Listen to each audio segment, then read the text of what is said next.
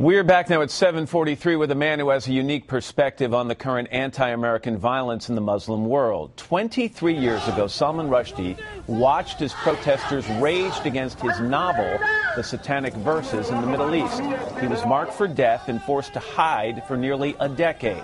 Now he writes about his life as a marked man using an alias while living underground in the new memoir, Joseph Anton. Mr. Rushdie, it's a pleasure to have you here. Good morning. Hello, nice to be here. This is a story that captured headlines 23 years ago. Yeah.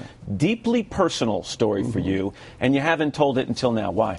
Well, partly is because it was so personal, and I wanted to feel emotionally in a better place to tell it. But I always knew that I would tell it, and actually it's that personal story that I think needs to be told. How did a writer and his family and his publishers face up against this extraordinary act of terrorism? And so many connections to what we're seeing now. But let's try to remind people of the heat that was surrounding you. The Ayatollah Khomeini marked you for death. This is basically a head of state ordering the murder of a citizen of another country. There were credible reports of death squads getting near you. You were even told by law enforcement that they had, quote unquote, frustrated credible plots. What kind of fear were you living in? Well, it was a time of incredible stress. I mean, a lot of people who knew me then and afterwards said that 10 years later I looked younger than I had at the time.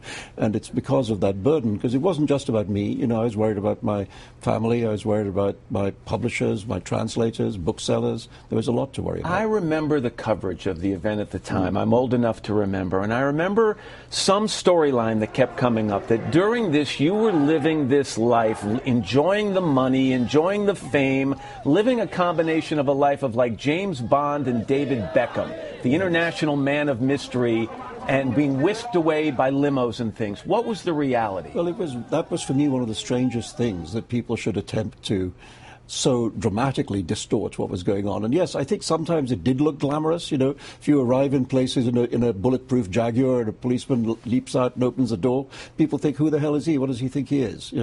But actually, from my side of it, felt like jail.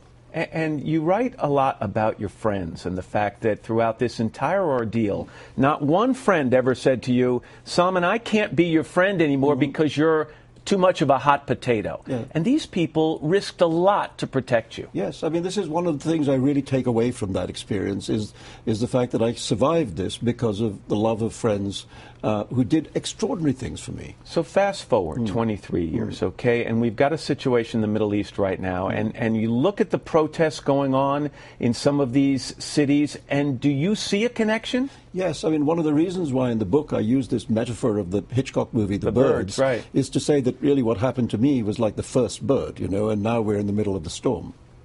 But what is the connection? I mean, if you remember, the Ayatollah Khomeini had never even read the Satanic Verses when he marked you for death.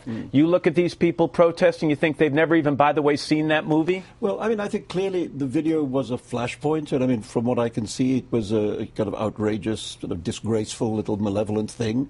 But by now, I think the reaction we're seeing is really the release of a much larger outrage. We sort of live in an age of outrage. And people seem to be define themselves by their outrage and seem to feel that it justifies itself. But is it legitimate outrage in your opinion, or is it manufactured outrage? I think you were talking to one of our producers over the weekend, and you used an expression, you said it's kind of the outrage machine. Yes, I mean, there's an outrage industry. There are people who look for things to provoke their audiences with. And it's to a large extent manufactured. The fact that you can unleash these violent mobs like this is obviously completely unacceptable. And consider the fact that when you wrote the Satanic Verses 23 years ago, it was not the age of social media where a message can spread like wildfire. Absolutely. It's much easier to do that now. When you look at the creator of this film in question, this internet film, in some ways do you have sympathy for that person, or do you feel that person has done something horribly wrong? Well, I mean, I think he's done something malicious, and that's a very different thing from writing a serious novel. And he's clearly set out to provoke, and he's obviously unleashed a much bigger reaction than he hoped for. I mean, one of the problems with defending free speech is you often have to defend people that you find to be outrageous and unpleasant and disgusting. So when you saw that man taken in for questioning over the weekend, completely shrouded to mask his appearance, any level of sympathy there? Not really. Why not? Well, because he did it on purpose. I mean, he set out to create a response, and he got it in spades.